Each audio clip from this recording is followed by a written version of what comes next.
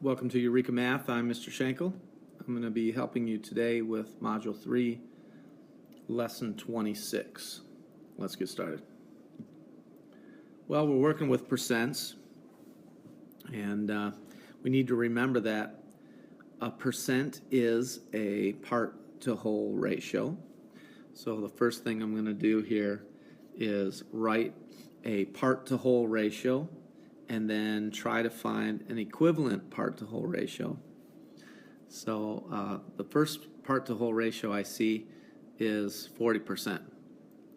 And that's a part-to-whole ratio because 40 is the part, and percent means per 100, so 100 is the whole. So this is a part, and this is a whole, making it a part-to-whole ratio. Now I'm going to make that equivalent to another part-to-whole ratio. It's still going to be a part-to-whole ratio. It has to be or it won't be equivalent. And I see that I have another number in here in my question. It says, find 40% of 60. Well, I have to decide, is 60 a part or a whole?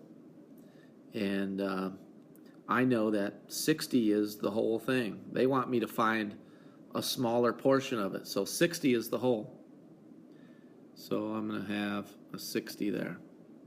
And then what I'm trying to find is the part. And the part is whatever 40% of 60 is. So that's what I'm trying to find. Now, how do I do that? Well, there are a couple of different methods. I could decide how I changed 100 into 60. You know, I'd have to divide by something to make 100 into 60. So that's one possibility. I could decide how 100 changes into 40. What could I divide 100 by to make it a 40? And that's another possibility. Finding the constant. Both of those are not going to be nice whole numbers. They're going to be some sort of a decimal. I can do it by just doing a little division. 100 divided by 60 will find me the constant. 100 divided by 60. I'm going to use my calculator here. This would be dividing by 1.6 repeating. And that's a problem for us because I'm going to have to estimate the constant, and that will make me estimate my answer. So I don't like that at all. Let's try the other one. 100 divided by 40. 100 divided by 40 is 2.5. So I could take 100, divide it by 2.5. Let's see. Oh, that's ugly. 2.5. And that will give me 40. So if I took 60 and divided it by 2.5, then that would give me my answer. So 60 divided by 2.5 is 24. So there's one way you could use the constants to figure out what the equivalent ratio is. So in this case, 40% of 60 is 24. You may choose to use a double number line. Let me show you how that would work real quickly. Let's see. That's a good color. Okay. Double number line might look like this. Let's make it long enough. And let's see with this 10, 20, 30, 40, 50, 60, 70, 80, 90, and the last one would be 100. Put it out there. And this would be 0. And I know that 100%, so I go down here, 100% all the way down here at the end, is 60. 100% is 60. Back at the beginning, I'm at 0, and let me get rid of this for a second. I didn't actually use this at all, so let me get rid of that. And then I would be at 0 here as well.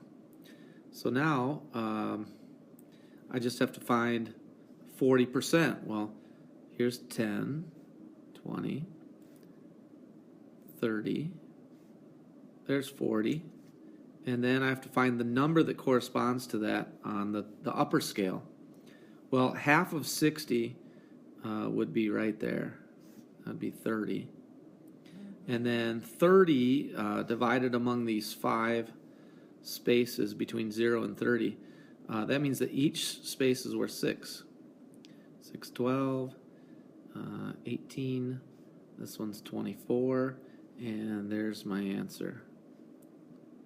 40% of 60 is 24. So you could use a double number line as well. Let's take a look at another one. In this case, we have a part-to-whole ratio of 15%, 15 per 100. So there's our part-to-whole. And it says 15% of an amount is 30. Well, this time, of an amount is my whole, so I don't know that, but I do know that my part is 30. And I need to find the whole. So if I look at equivalent ratios, I've got a nice easy one here. 15 times 2 is 30. So 100 times 2 is 200, and that's a nice easy one for us. Equivalent ratios, we're just remembering to stay part to whole is equal to part to whole, and then we're using equivalent ratio ideas to calculate the missing piece. Hope that helps. I'll see you again next time.